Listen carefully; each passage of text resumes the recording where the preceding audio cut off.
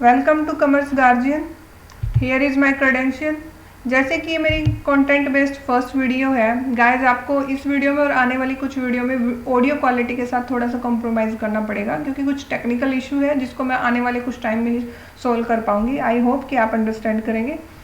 आज का जो हमारा टॉपिक है वो है कैश और कैश इक्विवेलेंट, यानी इन दोनों टर्म्स के बीच में जो नॉर्मली हमें कन्फ्यूज़न रहती है माइंड में, उसको आज हम क्लैरिफाई करने की कोशिश करेंगे।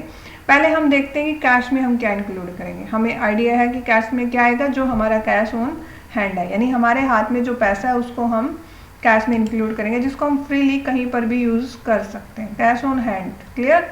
इसके अलावा जो भी हमारा पैसा बैंक में होता है उसको भी हम अपने कैश में इंक्लूड करते हैं, क्योंकि बैंक में जो पैसा होता है उसको हम कभी भी निकलवा सकते हैं, कभी भी हम जब हमारे पास एक्स्ट्रा है तो जमा करवा सकते हैं, यानी वो हमारे लिए फ्री है यूज़ करने के लिए। बट ऐसा सभी कंडीशंस में नहीं है। आपको ये चेक करना पड़ेगा कि आपने बैंक में किस अकाउंट में, किस तरह के अकाउंट में पैसा जमा कराया है। बैंक में जमा कराने की दो वेज होते हैं, इससे ज़्यादा भी हैं बट अभी हम दो पे फोकस करेंगे, टर्म डिपॉजिट और डिमांड डिपॉजिट।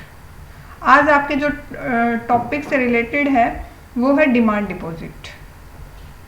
टर्म डिपॉजिट को भी हम थोड़ा सा समझ लेते हैं। टर्म डिपॉजिट में जैसे ये वर्ड है टर्म, ठीक है, इसका मतलब होता है टाइम, यानी एक पर्टिकुलर टाइम के लिए जब आप बैंक में पैसा डिपॉजिट करते हो तो उसको टर्म डिपॉजिट कहते हैं। जैसे हमने सुना है कई बार fix deposit, RD, recurring deposit, यानी इन स्कीम्स में जब आप पैसा लगाते हो तो एक पर्टिकुलर टाइम पीरियड के लिए लगाते हो, उससे पहले आप नहीं निकलवा सकते। अगर आपने निकलवाना है तो आपको कुछ ना कुछ चार्ज देना पड़ेगा, यानी वो फ्रीली यूज़ करने के लिए आपके लिए अवेलेबल नहीं है। आप बाउंड हो कि आपने जो बैंक के साथ टर्म एंड कंडीशंस पे एग्रीमेंट किया है वो आपको फॉलो करनी पड़ेगी, ठीक है। बट अभी हम कैश में किसको इंक्लूड करते हैं, डिमांड डिपॉजिट में। इसके दो टाइप्स होते हैं, एक करंट अकाउंट और एक दूसरा सेविंग अकाउंट। सेविंग अकाउंट होता है अदर देन बिजनेसमैन के लिए, यानी अगर आपका बिजनेस नहीं है, कोई भी आप हाउस होल्ड हो या इंडिविजुअल हो तो आप बैंक में पैसा जो अकाउंट खुलवाते हो वो होता है सेविंग अकाउंट। जैसे मुझे बैंक में अगर खाता खुलवाना है या आप लोगों का जो खाता खुलेगा बैंक में अकाउंट खुलेगा वो सेविंग अकाउंट होगा। सेविंग अकाउंट में भी आप जब हमारे पास पैसा एक्स्ट्रा होता है जमा करवा सकते हैं, और जब हमको जरूरत है तो हम अपना पैसा जमा करवाया निकलवा भी सकते हैं, क्लियर। तो सेविंग अकाउंट भी हमारा किस में आएगा, कैश में इंक्लूड होगा। ये बात आपको ध्यान रखनी है। बट क्योंकि अभी हम किसकी बात कर रहे हैं, बिजनेस कॉन्टेक्स्ट में बात कर रहे हैं, तो बिजनेस कॉन्टेक्स्ट में अगर हमें खाता खुलवाना है तो हमारा होगा करंट अकाउट। क्योंकि बिजनेस के लिए अलग से अकाउंट क्यों है, क्योंकि बिजनेस में जैसे एक नॉर्मल ह्यूमन बीइंग है, जितनी उसको ट्रांजैक्शन करनी होती है बिजनेसमैन की उससे कहीं लाख गुना ज़्यादा होती है। जितना ज़्यादा आपका बिजनेस एक्सपेंड होगा उतनी ही ज़्यादा ट्रांजैक्शंस होगी। जैसे जैसे आपकी सेल्स आएगी वो आपके बैंक में डिपॉजिट होगी, आपने पेमेंट करनी है वो बैंक से होगी, जितनी आप सर्विसेज दे रहे हो, टैक्स पे कर रहे हो, उन सब के जो भी एक्सपेंडिचर है वो बैंक से जाते हैं। तो बैंक इतने सारे, क्योंकि आपकी ट्रांजैक्शंस हो जाती है बैंक के साथ, उस पर आपसे एक्स्ट्रा चार्ज करता है थोड़ा सा। और सेविंग अकाउंट के कंपैरिजन में जो इंटरेस्ट रेट होता है वो आपको कम मिलता है करंट अकाउंट पे, या ना के बराबर मिलता है, क्योंकि बैंक के पास आपका डिपॉजिट फिक्स तो है नहीं है कि कभी भी आप जाके पूरा का पूरा पैसा आपका निकलवा सकते हो, क्लियर। टर्म डिपॉजिट को भी हम डिटेल में डिस्कस नहीं किया है, मैंने थोड़ा सा हाईलाइट किया है। अगर आप इस टॉपिक पर भी डिटेल में वीडियो चाहते हैं तो आप कमेंट बॉक्स में टाइप कर सकते हो, ओके। अभी हम फोकस करेंगे, जैसे मैंने बताया बैंक में, दोबारा से मैं रिपीट कर रही हूँ, बैंक में हम दो तरीके से मेनली, इसके अलावा भी है बट अभी हम जो मेन है पॉइंट्स उन पर फोकस करेंगे, टर्म डिपॉजिट और डिमांड डिपॉजिट। टर्म डिपॉजिट एक पर्टिकुलर टाइम के लिए, उससे पहले हम नहीं निकलवा सकते।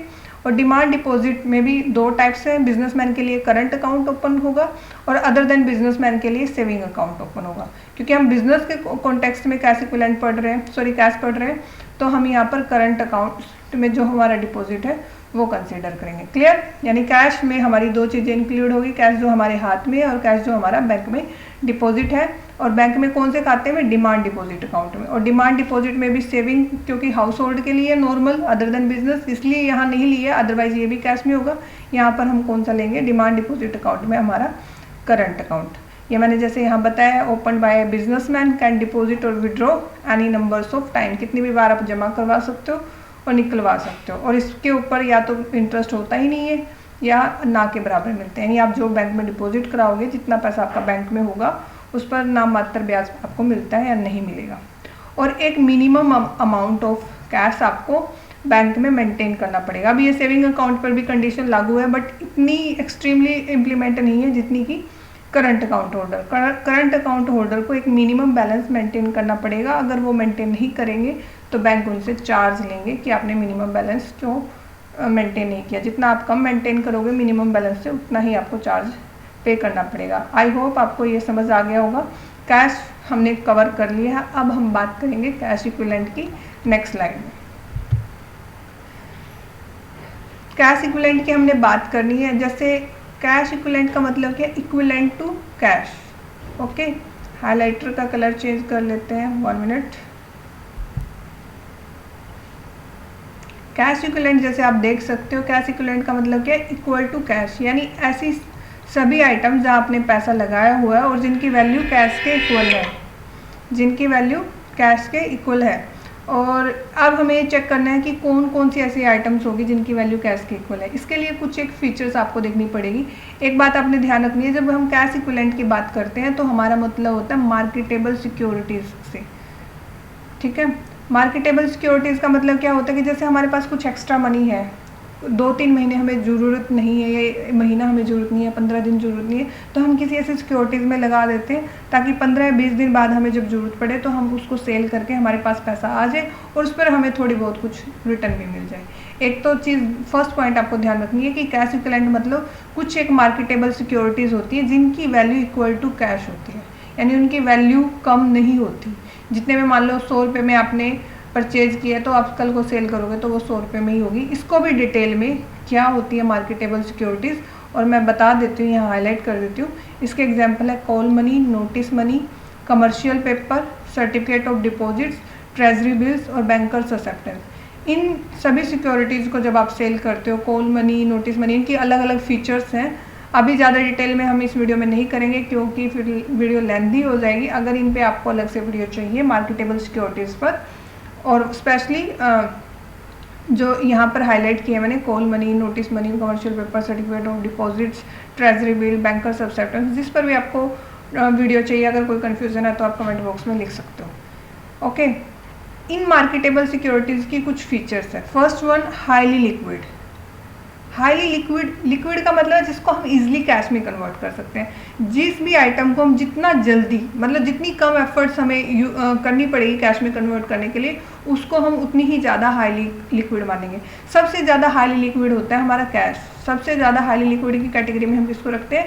कैश में। तो क्योंकि कैश को तो कैश में कन्वर्ट करने में हमारी कोई एफर्ट ही नहीं लगती, हम जब चाहे जहाँ चाहे कोई भी पेमेंट करनी है, परचेज करनी है, कैश से ईजिली कर सकते हैं। तो सबसे ज़्यादा लिक्विडिटी किसकी होती है? कैश की। दूसरे नंबर पर होती है मार्केटेबल सिक्योरिटीज़ की, जो मैंने अभी बताया, क्योंकि इनको हम थोड़े टाइम की, इनकी मैच्योरिटी टाइम पीरियड होता है मैक्सिमम 2 to 3 मंथ्स वाली आइटम्स को हम कैश इक्विवेलेंट में ऐड करते हैं। वैसे 1 साल तक की भी होती है, बट जिनकी मैच्योरिटी का टेन्योर टाइम पीरियड 2 से 3 महीने के अंदर तक होता है, क्योंकि इन जिनकी 2 से 3 महीने है मैच्योरिटी, उनको हम हाईली लिक्विड की कैटेगरी में रखते हैं।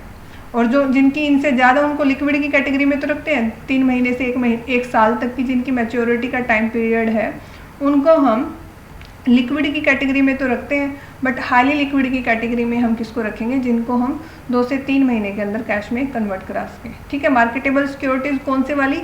जो हाईली लिक्विड है। हाईली लिक्विड मतलब जिनको बहुत जल्दी जब चाहे हम कैश में कन्वर्ट कर सकते हैं। Readily convertible to a known amount of cash. Known amount जैसे मैंने अभी बताया, तो 100 रुपये का तो हमें पता है वो 100 रुपये में सेल होगा, ये नहीं होगा कि फ्यूचर में जाके वो 90 रुपये में सेल होगा। उनकी वैल्यू एडवांस में डिसाइड हो जाती है। वो कैसे सर्कल चलता है वो हम, अगर आप चाहते हैं तो नेक्स्ट वीडियो में डिस्कस कर सकते हैं। ओके, रीडली कन्वर्टेबल का मतलब कि जब चाहे वो रेडी है, हम उनको कन्वर्ट कर सकते हैं कैश में। मार्केटेबल सिक्योरिटीज़, ठीक है, इनको हम कैश इक्विवेलेंट में काउंट करते हैं, बट कौन से वाली? जिनकी जो हाईली लिक्विड है, जिनको हम जब मर्जी चाहे कैश में कन्वर्ट कर सकते हैं, और ये शॉर्ट टर्म इनकी मैच्योरिटी होती है, जो जिनका टाइम पीरियड कितना है? 2 से 3 महीने। क्लियर? आपको समझ आ गया होगा आई थिंक। ये नेक्स्ट पॉइंट है कि जिनको हमने परचेज किया है, to meet short term cash commitment. मतलब अभी हमें 2-3 महीने बाद कैश चाहिए। जैसे शॉर्ट टर्म हमारी कैश की कमिटमेंट है 3 महीने बाद या 2 महीने में बाद हमें पैसा चाहिए। अभी है हमारे पास, 2 महीने तक हमें उसको यूज़ नहीं करना, तो ऐसे ही रखा रहेगा हमारे पास। इससे बेटर है कि हम उसको किसी सिक्योरिटीज़ में लगा दें, ताकि वो 2 या 3 महीने के अंदर हमें कैश में कुछ रिटर्न भी दे दे, और कैश में जब हमें ज़रूरत पड़े वो कन्वर्ट हो जाए। ठीक है, रादर देन फॉर इन्वेस्टमेंट, मतलब ये लॉन्ग टर्म इन्वेस्टमेंट के लिए नहीं है, ये हम ये इन्वेस्टमेंट जैसे मैंने बताया हमारी शॉर्ट टर्म कमिटमेंट, या 2 या 3 महीने बाद जो हमारी कमिटमेंट आने वाली है, जो हमारी लायबिलिटी होने वाली है, जो हमने परचेजिंग करनी है, कुछ भी करना है जहाँ पर हमें पैसे की ज़रूरत है, उसके लिए हम रख लेते हैं कि हाँ 3 महीने बाद हमें यहाँ से ही हमारा पैसा मिल जाएगा। और इसके एग्जाम्पल है मार्केट इंस्ट्रूमेंट या मनी मार्केट इंस्ट्रूमेंट, जिनको मार्केटेबल सिक्योरिटीज़ कहते हैं, call money, notice money, commercial paper, ये सब मैं आपको बता चुकी हूँ। यहीं पर हम वीडियो का यहीं पर हम वीडियो का एंड करते हैं। यहाँ तक सुनने के लिए आपका बहुत बहुत धन्यवाद। अगर आपको ये वीडियो पसंद आई है तो लाइक करें, शेयर करें और चैनल को सब्सक्राइब करें। और आपको ये वीडियो कैसी लगी कमेंट बॉक्स में ज़रूर बताएं। जैसे कि मैंने आपको बताया कि ये मेरी कंटेंट बेस्ड फर्स्ट वीडियो है। आप लोगों के फीडबैक, आपको समझ आ रहा है नहीं आ रहा है, क्या प्रॉब्लम लग रही है, साउंड क्वालिटी के लिए अगेन मैं आपको सॉरी फील कर रही हूँ। आगे आने वाली कुछ वीडियो में भी उसके बाद डेफिनेटली इसको हम इम्प्रूव करें। इसके अलावा आपके कोई भी सजेशंस है प्लीज़ कमेंट बॉक्स में ज़रूर बताइए, ताकि मैं इम्प्रूव कर सकूँ और आगे आपको अच्छा और बेटर क्वालिटी का कंटेंट प्रोवाइड कर सकूँ। धन्यवाद।